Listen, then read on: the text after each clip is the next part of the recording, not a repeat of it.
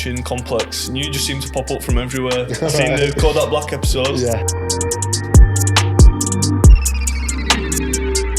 Your like B2B collabs is pretty huge. I mean, quite recently you've done one with Netflix. Yeah.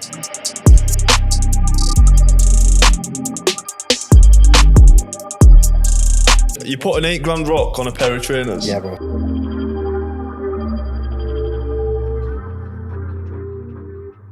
Yo, what is going on, people? It's Theo from King of Kicks, and this is episode 1 of the Kicks Corner podcast.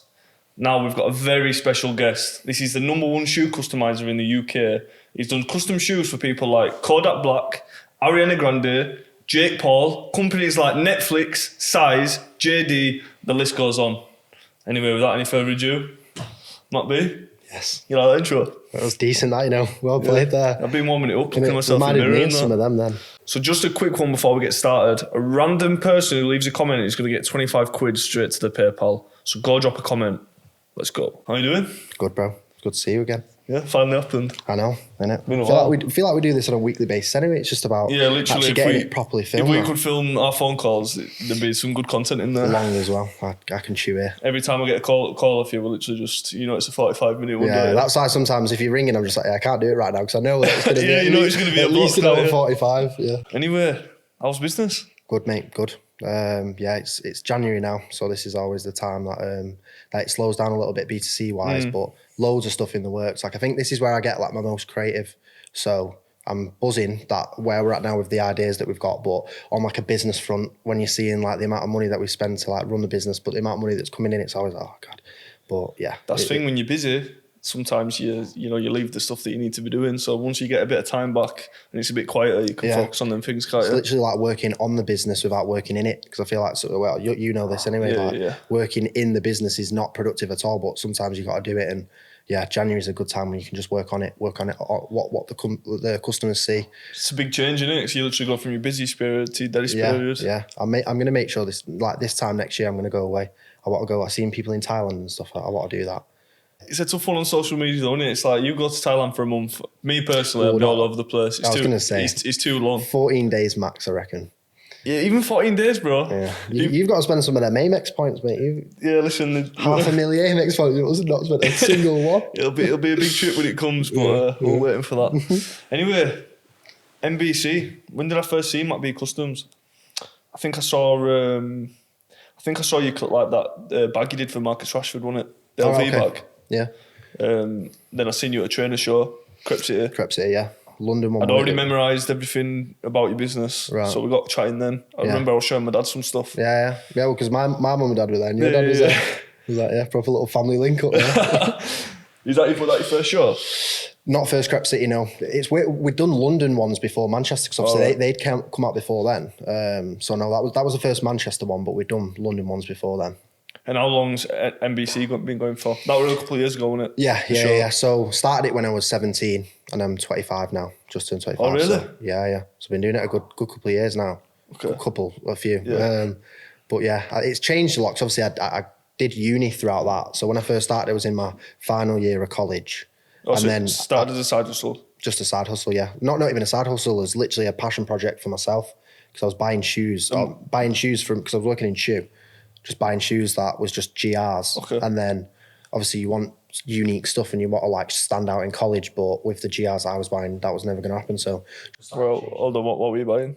To be fair, Rocher runs that was. But Rochers were good at the time. They were, but they were all pretty boring colorways, weren't they? Or like the swooshes were always white, so I was just mixing them up. And then Huaraches were a big one, because that was like my favorite shoe. Even now, I won't wear them, but I love that shoe. Huaraches are sick trainers. I don't care what anyone says. Yeah. It's like one of the most comfiest shoes. Yeah, and I feel like at the time as well, it was the UK that got the come up with the Huarache. I feel like the US was after us, and it felt like it was our shoe for a while. And but then they just smashed out with the colourways, and after that it just kind of goes a bit sour, doesn't it? That's a weird one though, because usually shoes last, they have a long time. Yeah. But Huaraches just seem to have dropped off the face of the earth. I mean, I remember when like people were local to me, they were paying like 200 quid for a triple black Huarache and stuff. Yeah. I was queuing up outside Foot Locker just trying to get as many as I can. You know, when they actually used to serve you as many as you want. Yeah. It was but even then, like I've seen so many different trends come and go, because soon into doing that, no one was wearing Air Force where I lived. And then, yeah, it was just straight up like superstars, Stan Smiths, like all Adidas, then Yeezys. And then it was like Air Force Ones after that, then Jordans. And it then started to come a bit, it's a bit more American now, isn't it? Like I feel like even just my dress sense has become a lot more Americanized. 100%. I see like what's going on in the UK. I mean, obviously you have got UK style and stuff, sort of like Nike Tech type thing. And Americans do actually copy that. Yeah. But I think what's going on in England was going on in America 5 years ago. Yeah, literally.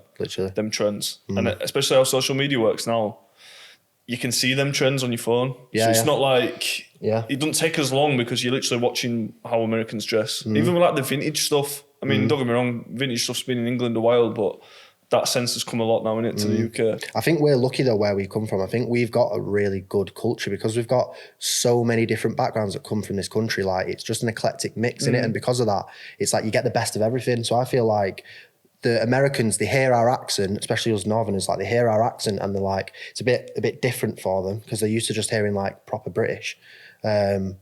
But it's undeniable the culture that's coming out of the city. Even when I go to London, city or your city. Even when I go to London, everyone thinks I'm from Manchester. Yeah. Well, it's just Northern, isn't it? It's just you're just Northern. So NBC's been going for 8 years. When did it make that transition from a hobby to like an actual business? Pretty quick, to be fair. So I basically like was making my own pairs. And as soon as I was wearing them in college, people were asking about them. A lot of my like immediate friends weren't really into like fashion that much. So it wasn't really my immediate friends. It was people that I didn't really know. And that's what made me really like clock onto it. It was like, well, if they're asking me, they want a pair, and if they want a pair, I can make a pair. So it was just a case of I made the Instagram. That's why, like even now, like I think the name's a bit rubbish. Like it's just my name and Customs. It's not really creative, but it's one of those things where I was that young and it was just a quick fire thing. It was like one of the many businesses that I was just trying to try out, and then obviously this one stuck. And yeah, now looking at it, it's like I'd like to rebrand, but at the same time I don't want to because it's like the thing is, I think what people are wanting when they buy a custom, it's like they're wanting a person to make that story custom. in it, so fully. Are you gonna buy customs off a huge corporate brand that you never see how they're made? Yeah. You're expecting, the reason why you've got a unique selling point is because you're physically making that product. Yeah, exactly. So when they're thinking Mattb Customs, they're thinking Mattb's making my shoes. So I think the name's pretty good for custom shoes, for sure. So it started off like that, and then it was very quickly then turned it into like a website. Initially started on Big Cartel, so it was like really easy for just Big Cartel? Yeah, it's like artist stuff in it. It's like I remember it's not e-com really. No. And then obviously we're on this journey of e-com, and I've been for the past like 5 years. But I was doing obviously that quite intense year, and that was then my full-time job. So I sacked off shoe. I was just doing shoes, and then I moved to Sheffield to go to uni. So I went and did graphic design at uni.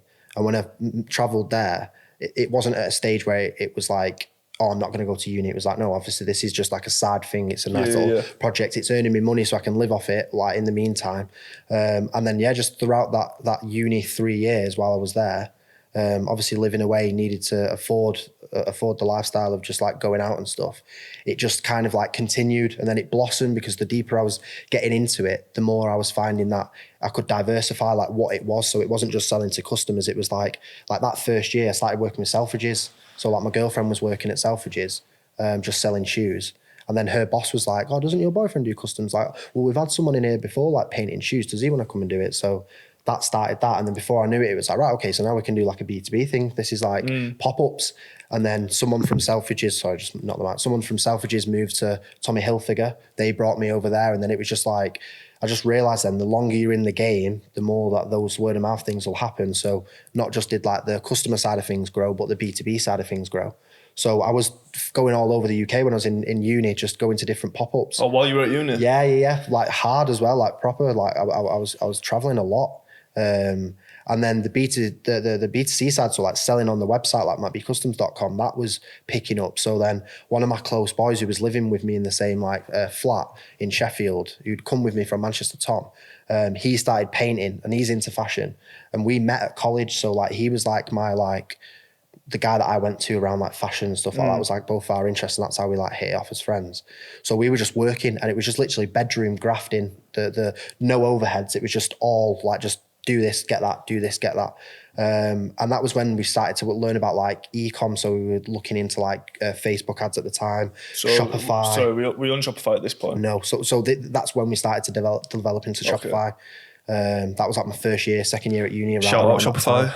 Literally Shopify, the GOAT though. So yeah, they actually are the best. Yeah, you're not getting better than that. The thing is, I'm hearing about other names and stuff, but I wouldn't dream about changing. They're just too good. Yeah, but the thing is, it's like I don't even care what you've got to say about other website providers. Shopify's got no issues, so I'm not even interested in. And it's not even like our scale. It's like you've got Gymshark and people like that using it. Like big boys running it. Budweiser that need big servers, like literally millions of people every couple of days going through the website. So there's no growth issues. No growth issues whatsoever, and they're on the same. I mean, don't get me wrong. Their themes are a lot more developed. I mean, I think once you get to like Gymshark size, it's a custom web development team. It's not like a normal standard theme, but then normal themes can go very far. Yeah, literally.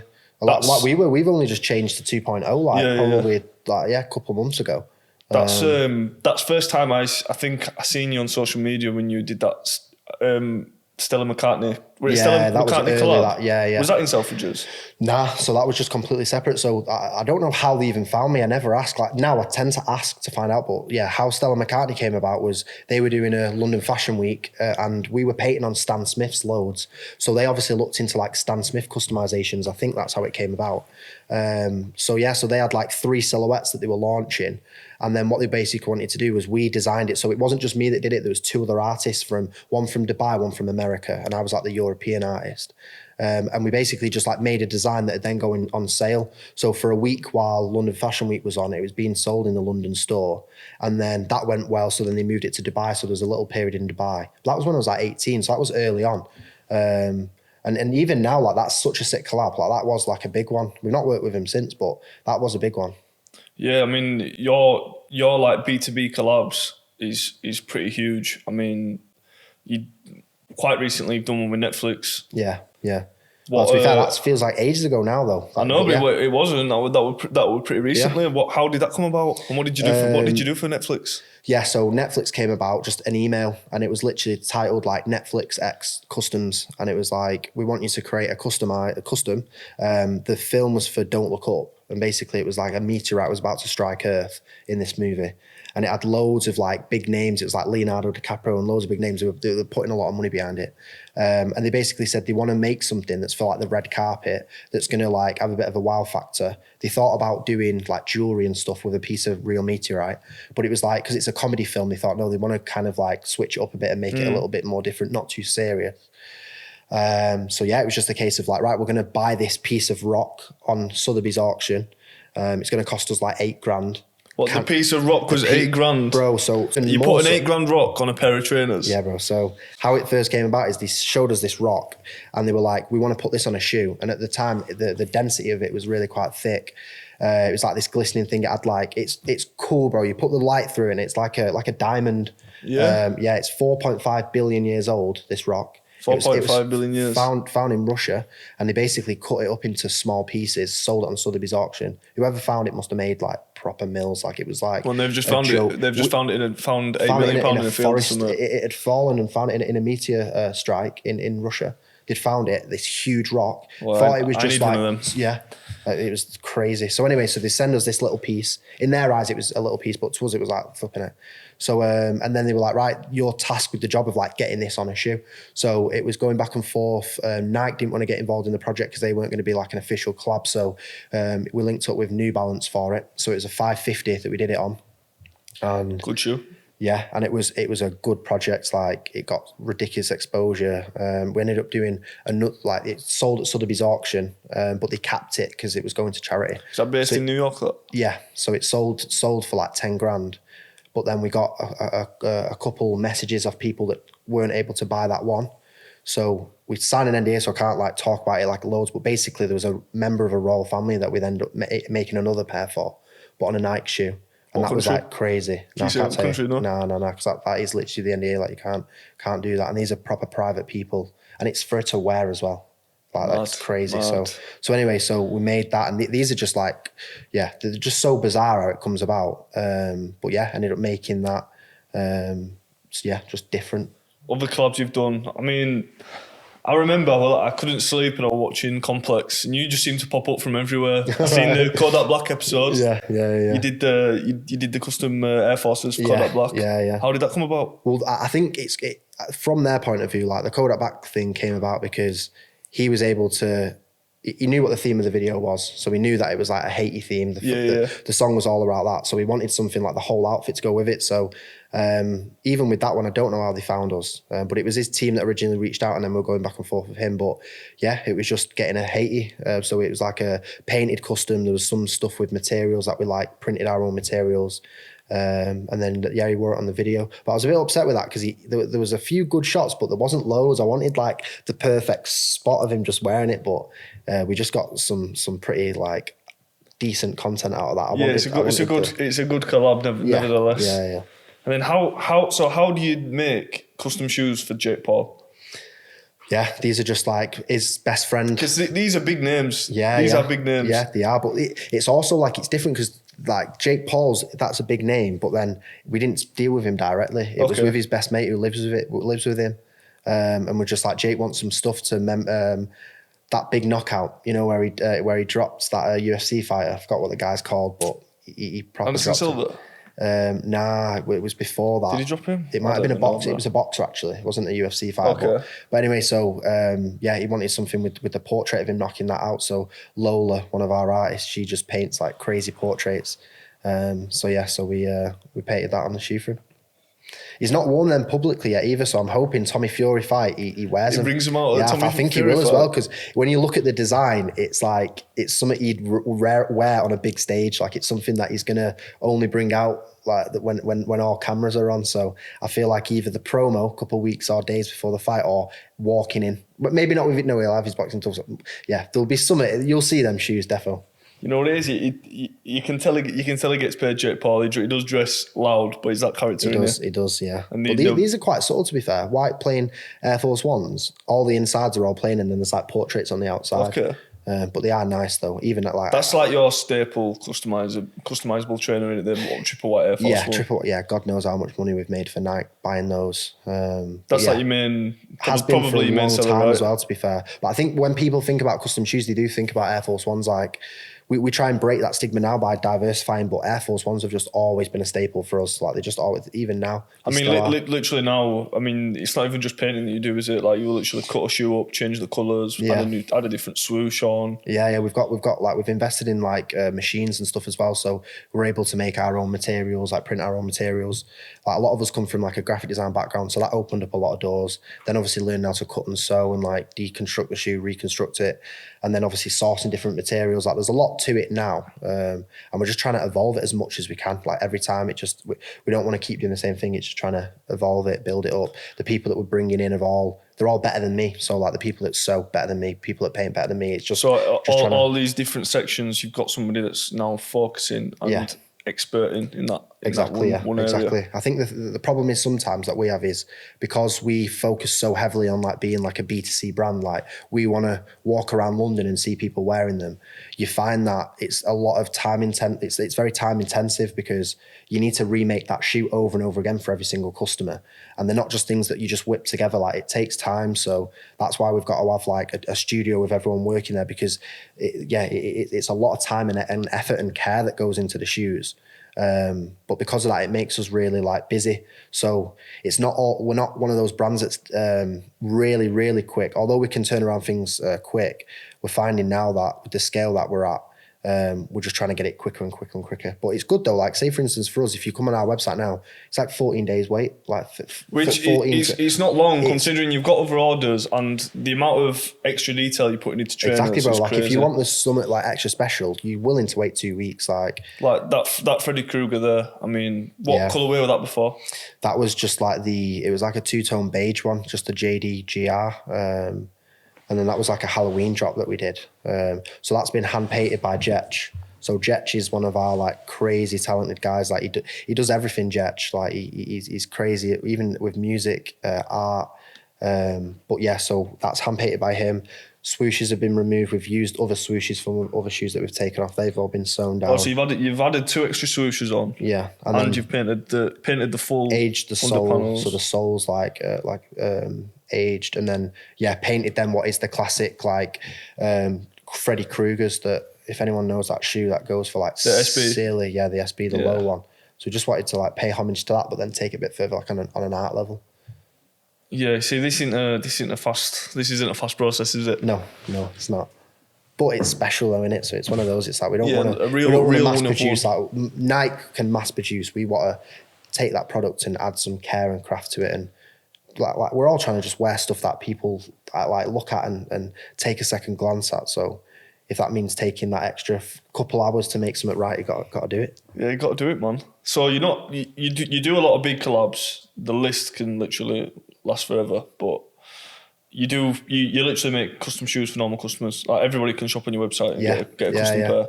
Yeah. So at any point, all over the world, ship worldwide, and then it can be create your own as well. So we have a service where it's probably one of our more popular services, to be fair, where you'll come to us with like a loose idea or a topic, and then we'll design it on the iPad, mock it up, and then you'll have it made exactly how you want it. So it's proper, like 100% bespoke, completely custom bespoke experience. Yeah, they're completely bespoke. Wow, that's crazy. Yeah, and a lot of people utilise that because I think that's where we are. Like that's where the USP is. Like everyone wants shoes that no one else has got. So, you said international. You've just been to Saudi Arabia, haven't you? Yeah, that was our. We've done little bits international events, like we've been to like Dublin and stuff. If you count that, but Saudi was like a big one. So that came about through Crep City. Oh yeah. So that was crazy because they're still quite new to the culture, but they're deep in it at the same time. So it's not been around for a long time, but they've adopted it quickly. Shout out Saudi Arabia. Bro, I loved it. Honestly, the country is like it. Yeah, like a lot of laws have changed in Saudi Arabia now, right? Yeah, heavy. It's completely different. Completely different. Obviously, before you go, you just Google, and you don't really hear a lot about it in the Western media. But when you get there. And obviously the money's one thing, but even just the people, like it's good, bro. It is really good. Like we're talking to a company now that we met when we were out there that there's a gaming festival coming out. So we might be going there in a couple of months, and that's then the summer there. The weather's ridiculous, like too hot though. Like if we go there in the summer, 60 degrees some days. Like 60 degrees Celsius? Celsius, yeah. So you can't go outside. This event that we're going to be doing, they've got like last year when they did the event, it was like a 20,000 seater arena for they got brought over like WizKid, Russ and stuff like that and did a concert, and it's just all aircon. Well, you saw it at the World Cup, it's just all aircon, but. It was a sick event. There's no games when the Saudis want to put it together. It gets put together and fast. Some of the stuff that they're building that I see on TikTok as well. I want to go there more. I really do. I liked it. You were Riyadh, right? Yeah, Riyadh. Yeah. Oh, Riyadh, is that what you say it? Riyadh. So that's their capital. So that's like where Ronaldo's playing now. And then the next place that is like pretty big there is Jeddah, which is like their like seaside, because it's like Dubai, like Riyadh's like Dubai. So it's like big buildings, crazy architecture. Like they pay like the best architects from all over the world to come and build buildings there. And it's a pretty like spaced out place. Like it doesn't feel densely populated, but it's big, easy to get around. Like, yeah, when you go there, you wouldn't think the national language is Arabic because everyone speaks like American English, like really, really clean. People are really respectful. It's good. So how do you take your shop and take it to Saudi Arabia? Did you just get a phone call off the prince and fly the jet? It was, brother. Get the jet in Manchester Airport or off? Not quite, but the actual event was run by the royal family. So basically Riyadh season is like they want to bring culture from outside in because the Saudis, they like to travel, whereas like they wanted to bring stuff so that they can stay in Saudi Arabia. So this was like the first event. It was Sneak Me. And it was sick, bro. It's basically like they shipped all the studio over there, so all our equipment, all base shoe stock, everything, all the team came. And yeah, not all the team came because we had a few complications. Yeah, obviously you know about Yinka. She wasn't able to fly because of a passport. Literally got to the gate, couldn't go. It was just that's a killer, that, isn't it? Yeah, but she'll come on the next one, so she'll be all right. But that was a killer. And then there's other people that couldn't go over there because it was a 2-week event and we needed people for 2 weeks. So there was a few people that stayed back at the studio in Manchester and carried on with like website orders. There's a lot of logistics to work out in there. There is, bro. Yeah, and obviously next time around it's going to be a lot easier. But you see, I saw some other sellers selling some similar related things. But you had the big boy double XL stand. You had the full shop. Yeah, I thought everyone was getting one of those. So we saw all the plan before we went, and we were like, wow, yeah, this is big scale. But then when we went, we were probably like one of the only sellers to get that, other than like, because Foot Locker were there, and Asics and a few other brands and were there. They had that sort of stuff. But yeah, sick. First time even like seeing the shoes, because we're e-com and because we're like studio based, the studio isn't like open to the public. So we don't really let people like come in and just chill. Or like have a shop front or anything. So even just seeing it all laid out as if we had our own store, it was sick. So like people were actually watching you make the shoes? Yeah, so they were coming in, placing an order for something like fully custom, something that we'd made before, like they could pick like a bestseller. And then we also had like pre-made stock, so they didn't have to wait, they could just get it and go. So you've done top projects, you've worked with some big people. What's been your favourite? To be fair, Netflix. The Netflix one. Yeah, I think that one was one of the top ones. The Google one was big just because of what we did in it. Obviously, with the Google lens going on billboards and all that, using technology with customs and stuff. That was cool. Shout out Google. Shout out to Big G. Yeah. Unban my ad account, please. Yeah. Forward. Let me get that back. Yeah. But yeah, other than that, I don't know.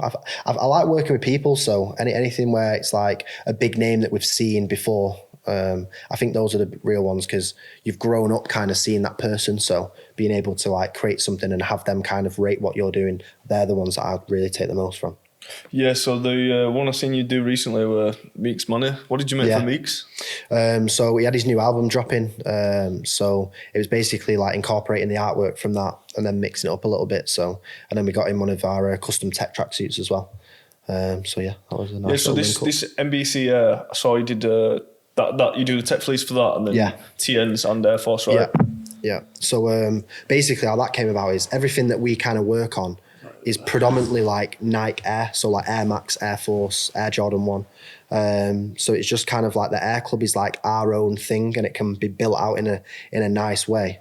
Still obviously working alongside Nike products, but just making it our own and kind of like having like assets and what we can do with that in terms of like NFTs and kind of like having ownership of yeah, you see, this is where it's going to start getting real interesting soon when any NFTs, especially when you're talking like custom made goods, which is actually art. Yeah. And you're talking authenticity of trainers. Yeah. So like the authenticity of shoes, as soon as Nike start dropping an NFT link to the shoe that you're buying, that's going to be the end of the fake shoes, because you're going to be able to check, and there's going to be a lot of sellers that end up stop getting links for the stocks because NFT is not working on the stock, and it's going to change it a lot. The blockchain's just healthy for everything, but I think for shoes it's going to be so good, because not only is it going to allow you to, like you say, authenticate stuff, but also actually be able to flex and not have to wear something. So these people with like huge collections, like you'd be able to go on their Instagram profile, say, or their whatever the next social media is, and all those blockchain assets, all those clothing things that they own, it's almost like a digital wardrobe. And then what we've been in talks with different companies is like, obviously I know the metaverse is like a key word, and it's probably been smashed out a bit. So same with NFTs, but there's elements of that coming. So it's like, if we want to be wearing clothes and express ourselves in this way, if there's going to be some sort of digital reality, there already is with Instagram, so straight away there's going to be it with Instagram, but if there is going to be that way, we're going to want to show what we have in real life in our digital world. So quickly explain what you're going to be using NFTs for in your game when that starts coming about. Yeah, so say for instance, the all purchases will go on the blockchain, so straight away you'll be able to like authenticate it. But say for instance, our one of one service, not only will you basically create your design, but you'll then own the rights to that design, and then only you can reorder it. But then you can reorder as many as you want if you want. So if you want to design something and then go sell it on your own website, you'd get a discount for that. So you own the usage rights. We'd manufacture it for you, but it's basically like allowing you to take full ownership of your own idea. And then they'd get commission once they sell it as well. Yeah, and then not only that as well, it's like if you're then repping something that you've made one of one, it's like when the things become available or when this metaverse happens, it's like that same physical asset will then change it into a digital asset, and that then can be worn just like Sims back in the day, bro, or RuneScape. Like I loved RuneScape. That put me onto business. Like really? I can't wait for something that allows it. Not that I'm a gamer now, but that was such a sick game, bro. See, I think when we start talking metaverse, that's when people stop getting interested. Fully, because I'm not going to be doing no. I'm going to be doing the real life. I'm not really feeling the people metaverse. think like headsets and stuff, don't they? And they think I'm not into that. That's a very slippery slope. So I won't be joining in that. But what would you say social media is though? Like I feel like we're already in that now. You see, this is where like an NFT attached to a product, I could see that fitting into Instagram. Yeah. Because I could see your sort of collectibles going on your Instagram profile, for example. Exactly. Instagram's not, although it is immersive, it's not headset on in your room for 10 days in a row. Because that's a bit strange to me. Yeah, it is, and it can be. But I think when you realise what is possible with the guys that are evolving that scene, it'll be something where it's like, it could benefit your life. Like there could be things that genuinely allow you to like multi-sensory things that like you can learn in a different way. It's going to be even like this. We're going to feel like... Yeah, like literally, we're not going to be in the same room, but wearing a headset. Your brain still works the same. So if you're able to get a real life like interaction, so much better than like Zoom and stuff. So I want to go and have a meeting, and I want to be, if I'm making a collection with you, I want to be able to have everything. And as you're saying it, it's all on a table in front of us. I want to be looking at it like the way we live now. Although we think like we're dead, like we've got everything together and stuff, but the amount of different applications and stuff you've got to use to show someone something digitally, like it's all going to get taken away when it becomes something that you can just pop on. It's not about gaming. It's about like, how can you make a communication better? Like, how can I have a meeting with you and get this idea that I've got it visualized in my head, and I've got this mood board and I've got this mood board, but I want to be able to show it you. This is a way that we can like literally go in a world, whatever you want to call it. And you look like you, I look like me. Maybe not. We might be look like avatars or something. But we've got. Well, maybe I can make myself a bit hencher. Yeah. But it's coming. It is coming, and I think like you've just got to be open minded to it, because like we don't just want to live off things like TikTok. Like I know it's good, and I know you can learn stuff from it, and it's like it's entertaining. But we need to be like evolving and taking it deeper. I think it's going that way though. I mean, the internet's moving fast. Yeah. I mean, if you look compared to 10 years ago, I mean, even 5 years ago, it is moving at a rapid speed. And all it takes is for Nike to adopt something, Instagram to adopt something, and the game's changed. Everybody has to follow suit. Literally. It's crazy times. The thing that we've got at the moment, though, is like the big boys like Google, Facebook. I don't want to talk badly about Google, by the way. Yeah, shout out Google. But get my account back. But all those brands, like they dictate the play, don't they? So it's healthy to have these different people coming in. But even like ChatGPT, like what that's going to do, even just like that's now. Big. You know, I think when I can't remember the exact stat, but it basically when Facebook launched in its most popular, when Facebook were in its most popular sort of age of, I think it was the first few years of it being made, it had way less people joining than ChatGPT. Well, they've started charging now, haven't they? You think about that, how big Facebook is. Yeah, they have started charging, and that was the beta version. So ChatGPT is like AI machine learning where you can ask it anything, it'll come out with a human-like response. But even in terms of like professions, like if you type it in and you want it to create your lyrics or copyright, it's good. Like it is good. And it's like human. It's literally human-like. It's literally like human-like. Yeah. Like you can read it and think it's genuinely off a person. Yeah, coding is just going to get like it's all these things that you thought one day were going to be just like only a human can do it, but it's just breaking that down. Look at all this AI artwork. Yeah, I was just going to say that. Like that is like literally graphic design is no longer a profession. But the thing is, to a certain extent, to a certain extent, because it can. I think it'll be really good at what it's good at, but I think like it's still going to have to take us evolving it to allow it to sway in the right direction. Like it can't take in culture. Do you know what I mean? You've got to feed it the culture. Yeah, of course, it's a lot of your brain numbing tasks are going to get taken away, or a lot of your creative. Say for instance, like a copywriter. Like it's a skilled job, skilled task, but realistically, like if you were only doing copywriting, like you have got to diversify yourself a little bit more than that, because you probably are just repeating yourself quite a lot, like in terms of your daily work. And same with graphic design. Like if it's just like a mundane task, like take the backdrop out of this, put this, it's like realistically, computers should be taking that job. It just pushes us forward. This is the thing. I mean, when TV came about, a lot of people lost their jobs at newspapers. Yeah, Do you know what I mean? yeah, So yeah. this is just it's how the next revolution, isn't it? But this is how humans have always been. This is how times change. But yeah. keep It up or can get be left. scary, It's scary. It is scary, for sure. It is. Yeah, because the thing is, it's a lot to take in for someone our age. Yeah. But if you're 40, 50 years old, I mean, there's a lot of people at that age that are very in touch. Yeah. But for someone who's older and not that up to date with the internet, that's like, as soon as you sort of lose getting your head around that, it's gone.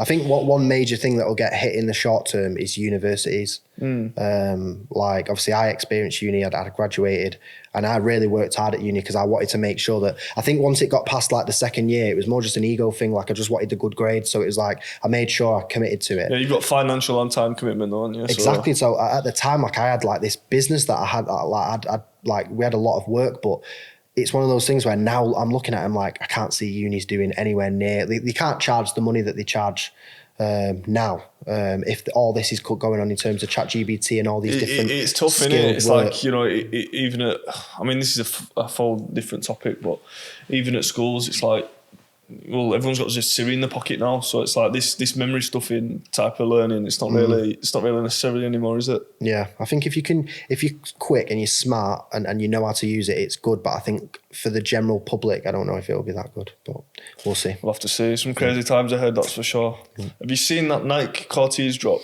Yeah. So I seen that. It was Nike London on it when he got the like Batman type of Batman Someone type of shiny did that on video. it. Shout out Gugs. I thought that was like just him taking his own light and just trolling. Do you know what I mean? Well, he did it smart because I think he got a few people locally to video it and be like, "Yo, Cortiez." And I saw it as him doing it as like a destructive marketing, where he's like, "Oh, I'm just going to go and project my logo on the front of this big like high footfall store for a bit." But he's the GOAT. The marketing machine.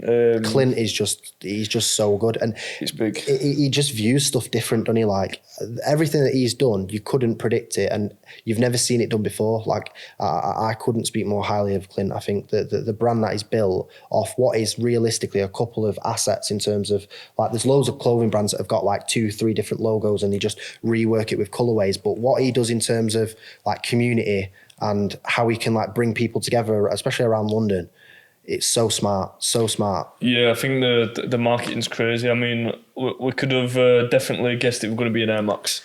Yeah. I mean, I'm glad. I'd have hoped more though. I think they should have given more products. I think they should have gone into clothes. So I think there is clothing though. Is there? So I'm sure. All I've seen up to now is the 95, which I like, but I do think that they should have given more. What do you think of the 95s? Nice, bro. Yeah, I like it. I think it's like inspired by like the Brazil. Do you remember when Brazil did that? That was sick, by the way. I don't know where that came from. Even looking back at that now, those like khaki 2 pieces that they wore with the 95s and stuff. Even now, that's like iconic photos. But it's definitely inspired by that. But yeah, I just rate everything he does, to be fair. So I knew whatever was dropping, I was gonna rate it. I wonder what the clothing's gonna be. Yeah, do you know what? I've seen a lot of like concept artists. There's some such sick like designers that just like create, before something gets released, and that's like whet my appetite for what it is. So we'll just have to see when it drops. But regardless, the marketing on it's already been good. Yeah, them 95s are gonna go strong. I mean, 95s are going crazy now. They really are. Yeah. Even with the retail going a bit higher. I mean, retail's 170 on 95s now. Yeah. 170. All products like that. TNs are the same. They nicknamed 110s, bro. Yeah, I know. Yeah. You know what I'm saying? They've gone up from 110 to 170 in a short amount of years. Yeah. I felt like with Air Force, when I first started doing Air Force, it was 70. Like that, you drop 70 on a pair of Air Force. Now it's 110, 115, 120. Here's what it is. I mean, times have changed. Inflation, Brexit. There's plenty of different things. But, it's funny when you've honed in on one product and you can just see it rise. Yeah, it's a crazy one. Wow. So Adidas have $500,000 worth of Yeezy stock, right? And they can't sell it, right? So what are they going to do with that? Yeah, I saw like $500,000. Just think how many shoes that is. $500,000. I heard about them doing stuff where it's like it is the same silhouette but just without like certain pieces because they own the rights to it, don't they? You see, the thing is, the only branded part of most Yeezys anyway is the inner sole and the box. Right. Okay. So as soon as that they might be reboxing everything. Yeah. Because it only says Adidas on the inside. Yeah. I'm not sure if it says on the size tag. I'm not sure if it says Yeezy on there, but I'm pretty sure it's just the inner sole on the box. So they might just rebox everything. I think it'll kill the vibe if they do that. I think. Do you though? It's going to be the same shoe, that's the thing. It is, but I think just in terms of like the storytelling to it, like why that was so sick was because of the storytelling, was because of like the innovation and stuff. I personally won't be a customer of that, but at the same time, I do think that it'll still fly out. I mean, I like Yeezys, me. I mean, if you look at them for face value, I mean, they're the most comfortable trainer. Yeah. They're very creative. neutral, go with everything. Yeah. You don't have to lace them, and the unisex. So yeah, like you can get a GS Jordan and a men's pair, and then it fits women and men. But like Yeezys is the same shoe running from size 3.5 to size 17, whatever. And I think whenever they've dropped the silhouette that they've made, or everything, the look, the feel, the silhouette, everything, it's always been proper innovative. Can't say that word always. It's a bit of a struggle, that one. But always been different. It's like innovative. Innovative. No, I don't know. Innovation. It's always been that. It's always been completely different. They're not taking inspiration from things that are in the market right now. Obviously, once they drop, everything else kind of follows suit. But I hope he stays in sneakers, me. I hope he stays dropping stuff, but I hope it doesn't stop. What are Adidas going to do? Because the thing is with Adidas's biggest market is Russia. They can't sell in Russia right now because of the conflict. So I didn't know that, you know. I'm not sure what metric it is, but it's like their gross profit or their total sales is down 60%. Yeah, like Adidas are struggling right now. Yeah, I mean, what other shoe have they got other than Yeezys? I mean, they've got the Bad Bunny collabs, but it's like they're for like Spanish people, really. Yeah. Like English people don't really wear them. So, but even like the Weatherspoon, I thought there was going to be more with that, because he went to Adidas, didn't he? But he's people completely are feeling solidified himself with Adidas. So Adidas. So, but yeah, I don't know what's going on there. I think like either there's future drops or it's just not quite worked. But what he did with Nike, like, jokes. Some of those Weatherspoons, the cost. Yeah, the Weatherspoon were a big trainer, and I remember like you could have gone and bought a pair of Sean Weatherspoons for £350, as many pairs as you wanted when they first released. Right. You know, now it's like 1,100, 1,200 quid. Everyone knew that we're going to do good though. If it were like, it is a standout issue, isn't it? I really like them. These are inspired by those, the different corduroy. Oh yeah, they're corduroy then. Yeah, corduroy. What do you think of them Travis Jordan ones? The ones with the olive swoosh. What are they? I've lost track. So they've got like red laces and stuff, haven't they? Yeah. I do like them. I think every other drop that's come before that I've rated more though. I think. Do you think they're overplaying it though? No, I don't think they've overplayed it. I think. No, I think there's a couple more drops they could do. To be fair, there's ones that I'd like to see, especially with the reverse swoosh, but. I'm not really that keen on the new ones, if I'm honest. I won't be a customer of them. You like that reverse swoosh, don't you? I do love that, especially in customs. Yeah. What about them Palace Uggs? They are disgusting. Yeah. They are, bro. Yeah, it looks like a shit custom. Yeah, literally. Yeah. But Uggs this year, Uggs has been going crazy. It's come back, hasn't it? Especially them like the lower ones, the shorter ones. I hope they keep going. I love the slippers, me. I rep the slippers. Got a pair? Yeah, have you? Them. Yeah. Have you got some? Them and Uggs, just rate them, both of those. Yeah, but have you got some? Though? Yeah, I don't know where those best. Yeah, they're steady. Like I've never understood it though, mate. Don't they get like wet through? No, so they're like. Is it meant to be up for outside? Or no, they're not. Well, especially not the ones that I've got. The slipper ones are like. You put your foot in them and you expect your feet to sweat, but they don't. But they're so cozy and like and warm. But your feet just don't sweat in them. Yeah, they're good. Mad. Have you seen those Jordan 4 Seafoams? Yeah, I like them. To be pretty fair, much fire reds out there, but with like green on them. Yeah, I want to be customising stuff like that though. I just can't get hold of Jordan 4s like that. You do one drop and then they're just gone. But I do like 4s a lot. I think when you've got like a full, mostly white leather Jordan, you're gonna be able to do a lot with that, aren't you? Yeah, the panels, even now, like when you look at that shoe, it's so well made. Like it. Yeah, that's the thing is, I don't. There's some trainers that go crazy, which I don't really see the hype in. But like a Jordan 4, like the build quality of a Jordan 4, it could be Valentino, Balenciaga, whatever. Better probably. Yeah, I'd say better. So literally, like the craftsmanship on a Jordan 4 is like a proper premium. Like I couldn't throw a basketball or shoot a hoop, but I put them on and I feel like Michael Jordan. I'm like. So sturdy. Could you see yourself playing basketball in them though? Nah, I couldn't play basketball. No. In any shoe or just them? Oh, just I couldn't play basketball. Nice. It's a good shoe, man. It's a nice colour. I don't know if it's a women's pair or they're doing like a GS pair, but Jordan 4s is definitely like 2020 to 2022 has been crazy. Like you see, literally Jordan 4s are everywhere. I remember when I were younger, people didn't really used to wear Jordans. You might, if you go to London, and see some people wearing Jordans, but we're not like a thing now. And I used to watch like American sneaker cons and see like Jordan 4s on sneaker cons. Only in America though. But now, like how crazy Jordan 4s went. Yeah, I think even just in terms of trends as well, like when we were coming up, obviously we're like northern, and you'd have like Scouse swag, like Manchester like stuff, and I'd be able to tell if I can now. To be fair, I can tell when someone's Scouse, but you can't tell when someone's. You can spot a Scouse from a mile off. You can, but other than that, now I feel like it's a lot more of like a UK look, but that's defo inspired by like US. Yeah, for sure. Yeah, the Jordan 4s. I mean, other Jordans. I mean, the people are not really wearing Jordan 5s in the UK. No, but I don't. Yeah, I'm not a big. In America, big. Jordan 6s, maybe a little bit in the UK, but not that big. 11s, yeah, people are wearing 11s in the UK, but then anything like 12 and above is unseen in it. Yeah. I think that's more for the avid basketball players then. I think it's like... I think people wear them casually though in America, me. Yeah, they do, but I think like they're more ingrained in basketball culture. Like they've seen a player wear them and that's why they wear them. Whereas I feel like for us, we're only just getting like the kind of secondary influence because we're seeing... Yeah, that's very true. Yeah. I like 12s though, mate. You seen 12s? Yeah, I'm not the biggest fan if I'm honest. Not? No, I think, I'll stick with my 1s, 4s and... Jordan 4s or Jordan 1s. So Nike is suing Bape for the Bapester. Yeah. It's about time though, isn't it? Come on. Yeah. It's literally an Air Force One. I've seen a lot of conspiracy about this, that they've kept it going, you know, so that Bape can continue to sell high volumes. Why and though? then because in a lawsuit, like a lot of it is, oh, you've made X amount off this product, we want that money. So instead of so if you think it's been in Selfridges now for a while, like and they don't really sell out, like you can get your hands on a Bapester easy. I think what's gone on with that is they've let it run so that they've got a considerable amount of equity in the game, so that then they can come for it. Sneaky. That does make sense though, doesn't it? It does, doesn't it? Because at the end of the day, that shoe is so alike. And there's been, you see these like smaller guys that are making, you know, like the bootleg stuff. There was a whole like bootleg like scene that came about. A lot of customizers got involved in that. But I wanted to stay well clear because I think if you play around with those, well, you're going to get burnt like a lot of them did.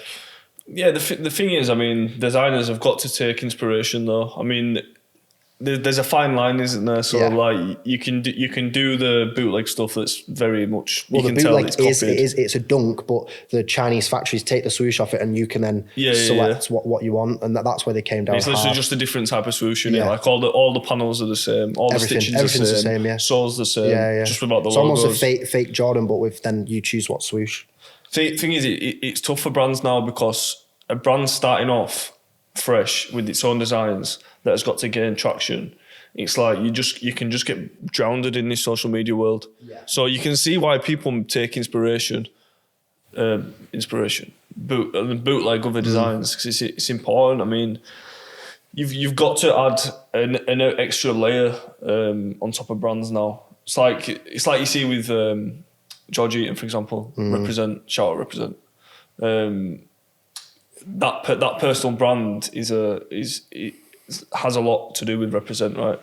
Well, I see that with everything now. I only shop with brands that have got a story. So like a lot of the things that I buy, I don't really play around with, like other than Nike, I don't really play around with like the big brands. I like the local stuff, the storytellers, the drama calls and the Cole Buxtons and the lads that are like grafting to make something work. It's like Clint, like what we talked about earlier, like Clint, it's like a lot of these lads haven't even taken investment. They've just literally built something and they're so creative and they've got so much leverage in terms of like what the clout and stuff that the eyes that they get, that it brings in a lot of money. And then these people are like really doing big business moves. Like they're actually like showing that it's not just a small little bedroom brand, like they're really building it out. George is the biggest inspiration for me with that because I think just even outside of work, like how he lives. Yeah, George is a big one. George like really made me understand like power of personal brand because I've never really, you can't really convince me to be a customer. I always like to think it's off my own accord and my own judgment. But me following George actually made me shop at Represent. Yeah. These are actually Represent.